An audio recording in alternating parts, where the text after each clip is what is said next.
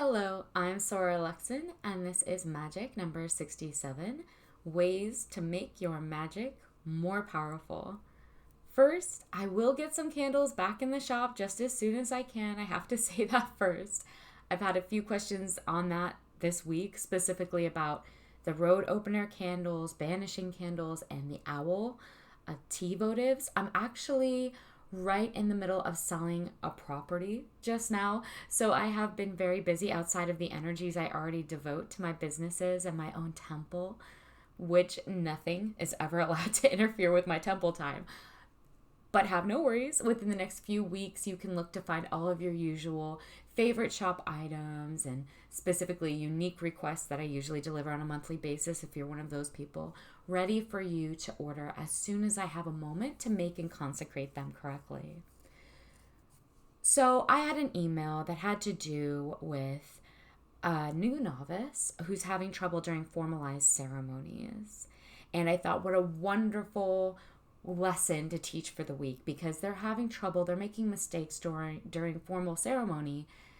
And my first advice would usually be practice more. If you practice more, you're going to know your steps, your words, the energies you're working with like the back of your hand. But this person is practicing. That's not the problem here.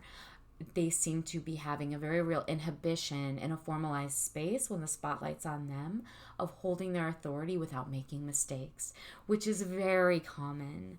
So rather than go at the problem, let's look at the problem like it's the solution and do a whole lesson on how to make your magic better, because that's the way to approach things. So why isn't your magic working well? You might not have followed the instructions correctly. That's something that always happens. Again, this is an indirect response to the email I was just discussing, but as far as it goes making your magic more powerful, this is something to pay attention to. There are instructions in magic for a reason. There are codi for a reason. So if you errors are going to creep up other places as well after you've done those magics with errors.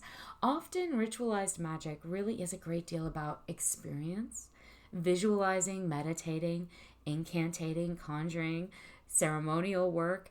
All of that requires experience of ceremony. Those realms really do, those spheres of occult practices.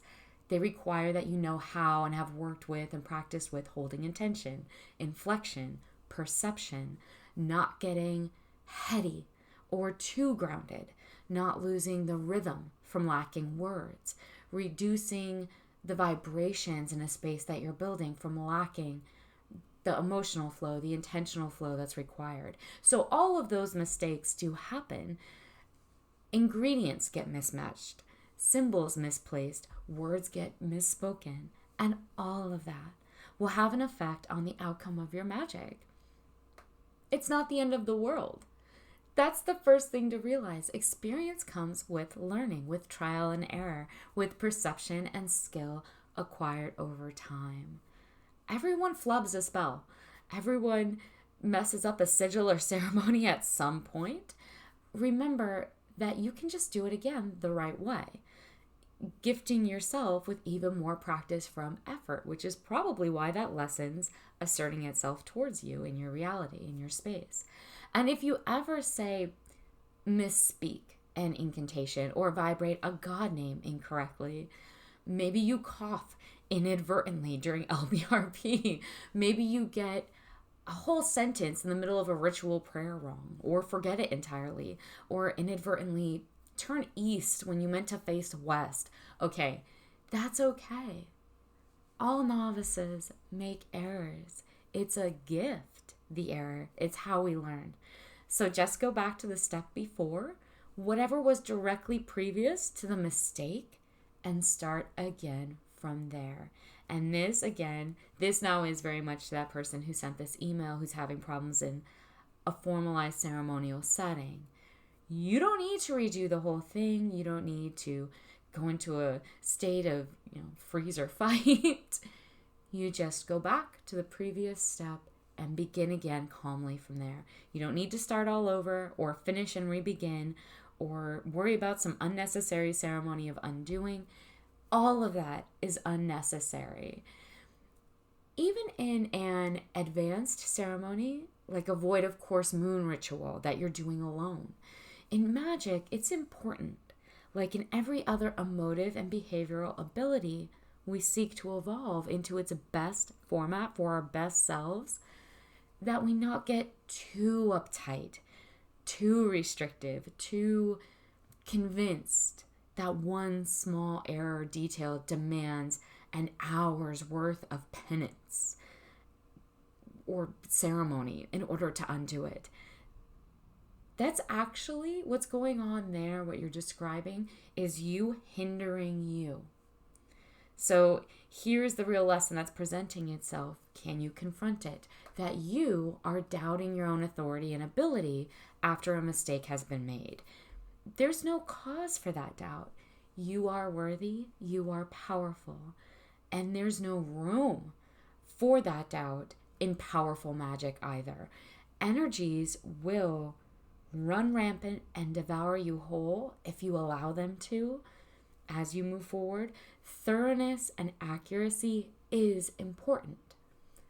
But allocating all of your cognitive awareness to an obsessive or compulsive need to be perfectionistic, that's just as dangerous as its opposite force, its opposing polar mentality. If you catch yourself feeling driven to do something repetitively, or like you have to do it or it's not working well enough to undo a mistake, you need to take a moment, you need to step back, you need to breathe and exhale. And just begin from the last step, because you are in control. That's Magic 101. And your circle, your spell, your reality is of your making. So if you're doubting yourself, if you're becoming perfectionistic, obsessive about the details, there's a lesson confronting you right there. So face it and learn from it. It's fairly common when you begin honing your awareness for this sort of an anxiety to begin presenting itself in some individuals. Some individuals have the opposite polarity present itself, where they have no careful association with what they're doing. They're far too careless or reckless. It usually goes one or the other way. We don't always begin in a state of perfect harmony when we begin learning the occult. So say during LBRP rituals in your first year, this sort of an anxiety, an obsessive compulsion to make every detail perfect and feel like something bad might happen if you don't, that's very common. Like all the other emotional and psychic blocks, that's emotional blockages are what we work to remove in occultism and magic. And like all of those blocks that you'll encounter because you've been hiding from them until you began a journey of authentic introspection and self-mastery, you need to notice it, dissolve it, and then move on, move past it. Cultivate whatever comes next. Part of practicing the great craft lies in knowing your own power, your own authority of self, and its application. And know right now that you're going to continue making mistakes. You're going to continue needing to make adjustments to your process, no matter how experienced you become, no matter how advanced. Part of having more experience is being able to fine-tune things later, to adjust and make changes to your magics on purpose, to begin some experimentation. And it doesn't always work or work well. Again, that's simply a wonderful part of the process that you will get to engage in. And it's not something to beat yourself up over. Even a formal temple or lodge ceremony has mistakes. Mistakes happen. The important thing is to recognize and then authoritatively correct the error with as little emotional drama siphoned away from your magic, away from the magic in the space, and to the awareness of the mistake. You want as little of that to happen when a mistake occurs as possible. So fix it and get back immediately into the flow. Every other initiate in this space has done the exact same thing before you. They've misspoke, they've flubbed a step, they turned the wrong way, they didn't stamp with the right foot. Everyone went through a learning process. And everyone there, if you're in a genuine practitioner's environment, and this isn't just for the person who wrote this email, it's for any of you out there in a formalized setting.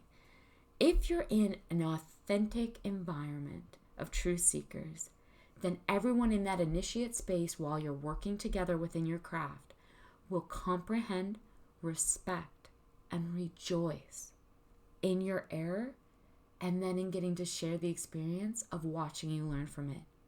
It's correction. It's the beauty of adjustment, of evolution, of that experience, of learning and evolving inside of a process with you that you are sharing with them.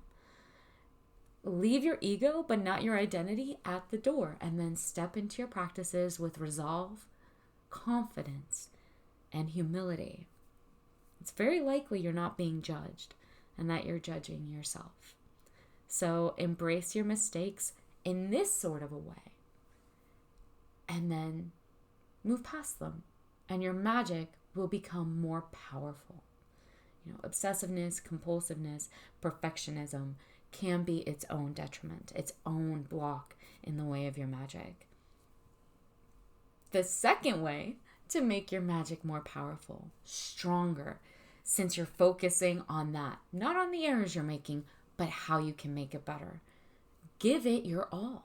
Give it your best.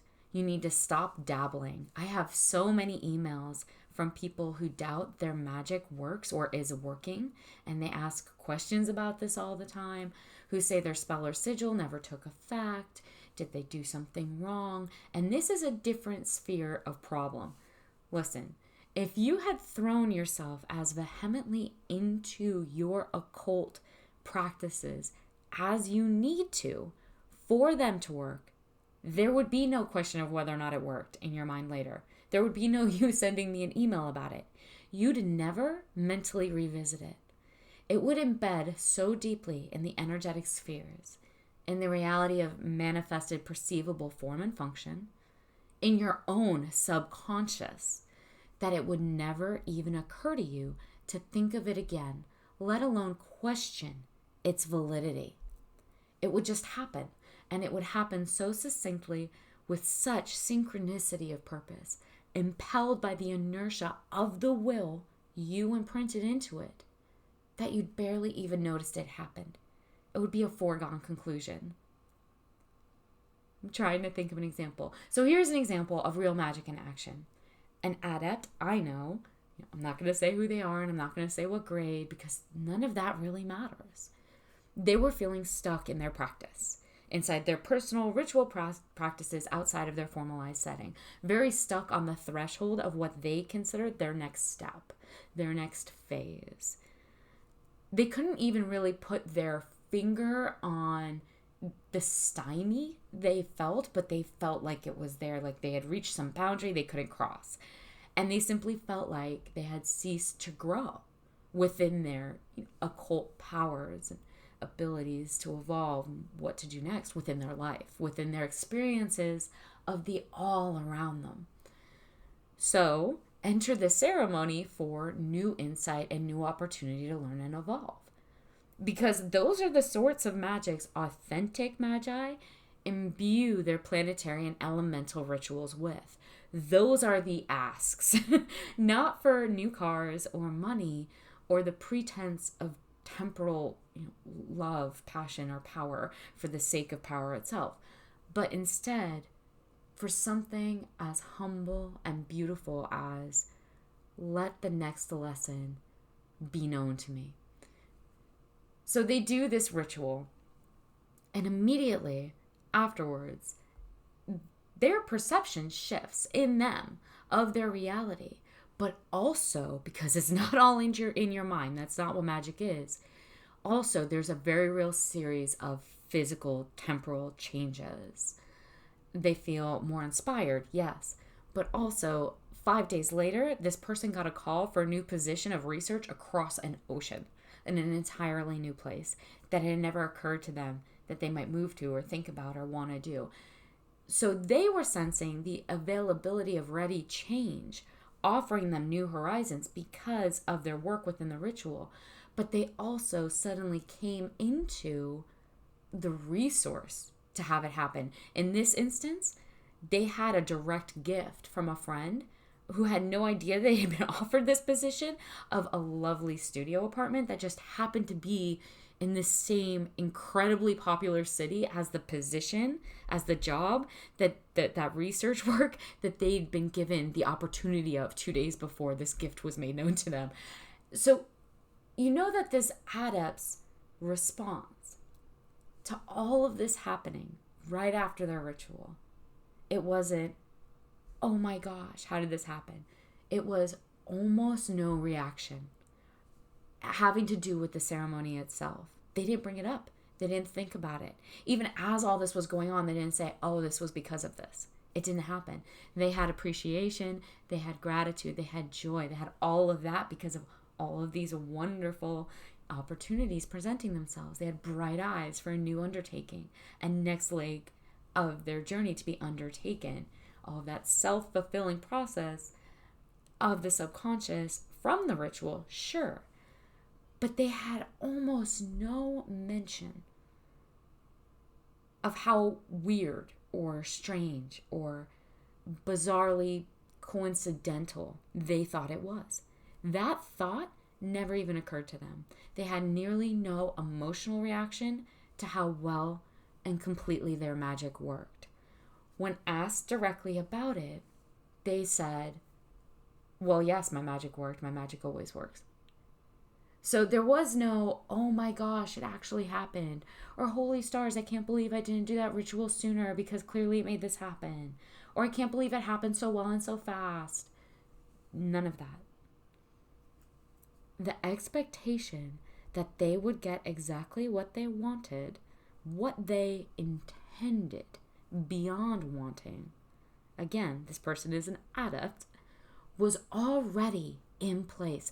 That expectation was already in place and fulfilled before the ritual, before their ceremony for it had even finished. That expectation was already fulfilled. So after it did happen later, from their perspective, it had already happened. It was very much, well, yeah, of course it did. If you drop a pebble, it falls to earth. Right? Doesn't it? That's expected. See, that's the functioning reality of a real wizard, magician, witch, occult practitioner. I can't help but be reminded of Jedi in Star Wars. You know, they're always very calm. They're never emotionally reactive. A Jedi waves their hand. Well, I'm not talking about the dark side of the Force or whatever, but just generally, the men walking around with all this seeming miraculous power in these brown robes, right? There's a reason for that. They wave their hand and some object moves, seemingly magically or something like that. And from the exterior, from an outside witness's perspective of that event, it's, oh my gosh, how did you do that? That's amazing. That's incredible. You know, I can't do that. How does that happen? But the Jedi doesn't, smile or frown or have that sort of a reaction to what they've just done. They just simply respond calmly with, no perceptible imbalance of emotion. Well, of course it moved. I told it to. Because to them it simply is. It simply makes sense. That's genuine, energetic mastery. That is what it looks and sounds like. It's so synchronistic. The person engaging in it doesn't see it as some energetic opposition or event outside of themselves. Anything other than that mastery is dabbling. It's simply an individual hoping consciously for things, wishing for stuff, wishing something would move that doesn't, right? Wishing for stuff that has nothing to do with authentic occult practices, usually. Lots of people approach life that way. How does it work for them? All those people around you who wish they had a better job, more money, better relationships. Exactly. So cease dabbling if that's what you're doing. This is how you will make your magic more powerful. Get down to business.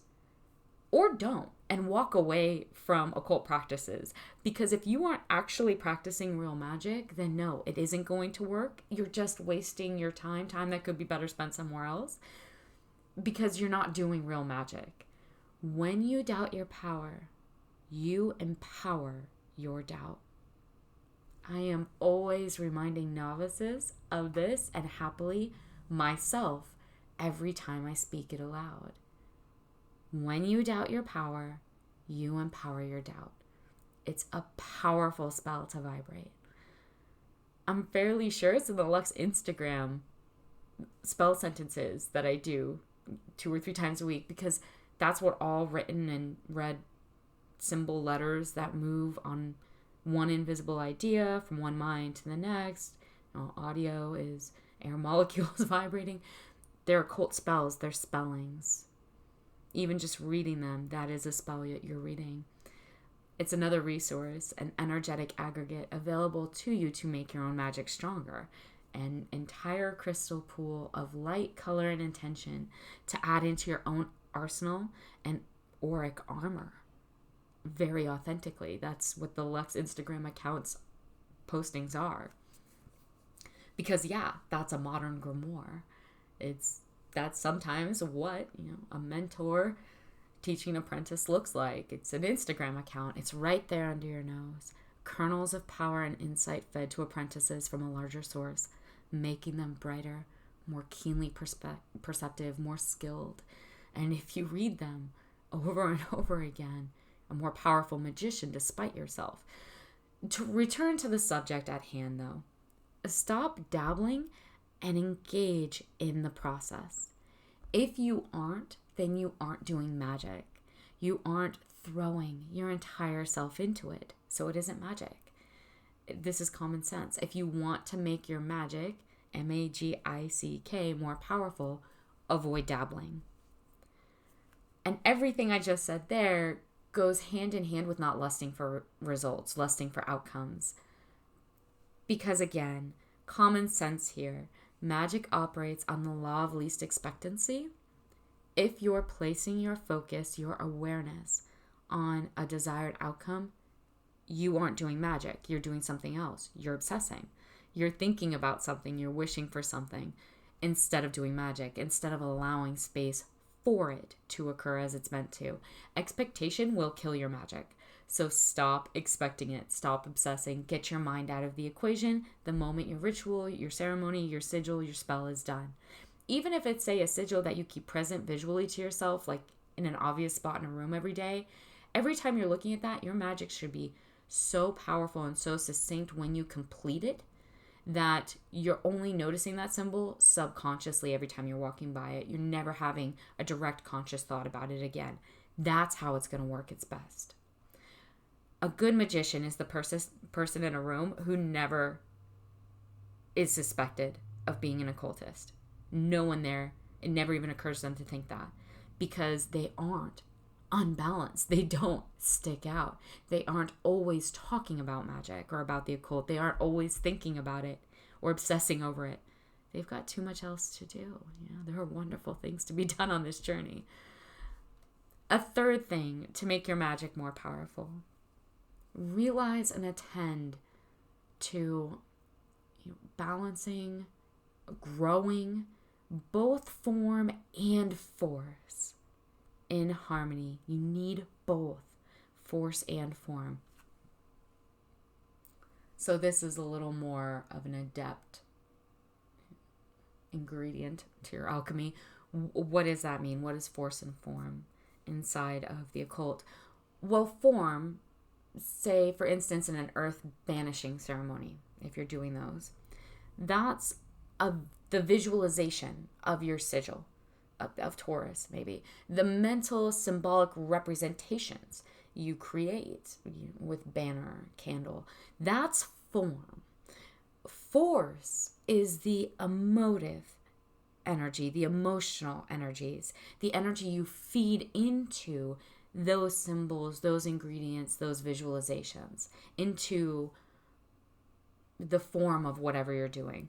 You need both, and you need to be trying to do both in balance with each other.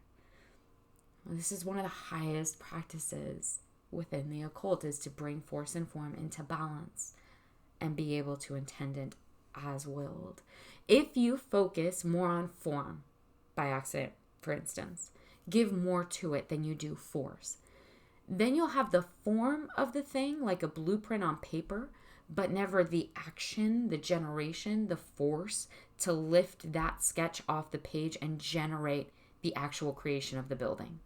On the other hand, if you tip the scales in your magic with too much force and not enough form, not enough details, ingredients, outline, symbol representation, visualization, if you don't have clear intentions and then outline them in form, then you'll just have force. You'll just have this huge, maybe nearly reckless amount of energy, emotional energy, displaced and projected, but without an outline, without a vessel to contain it, without a good description, without the created details and parameters of what you're intending to create, that all that force then do. So all that energy, all that force, it'll just scatter every which way, or worse, even maybe dump all together in the wrong way, all in one place, because you aren't mindfully delineating what you want it to do. Just massive amounts of wasted power, a charge with no battery to accept it. That's when force is outweighing form. It's no machine to plug into. So you have to combine force and form. Right? You need the energy, and you need, the robot that you want to walk across the room. You need both if you want to get that thing from point A to point B. And the better you become at combining them, force and form, mixing them, refining them in your workings to be balanced, to be harmonic, to generate the new solution in your divine alchemy, the more powerful your magic is going to be. That is where that power, that unfettered flow, is going to just vibrate from unerringly.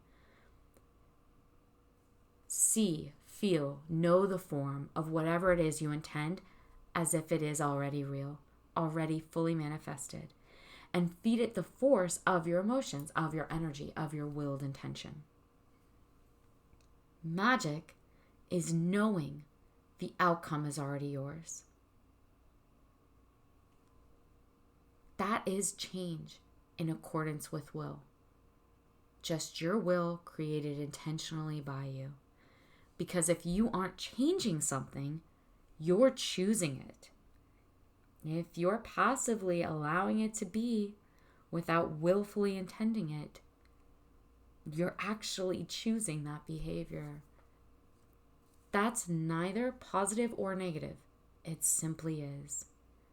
And don't play small. You're meant for great things.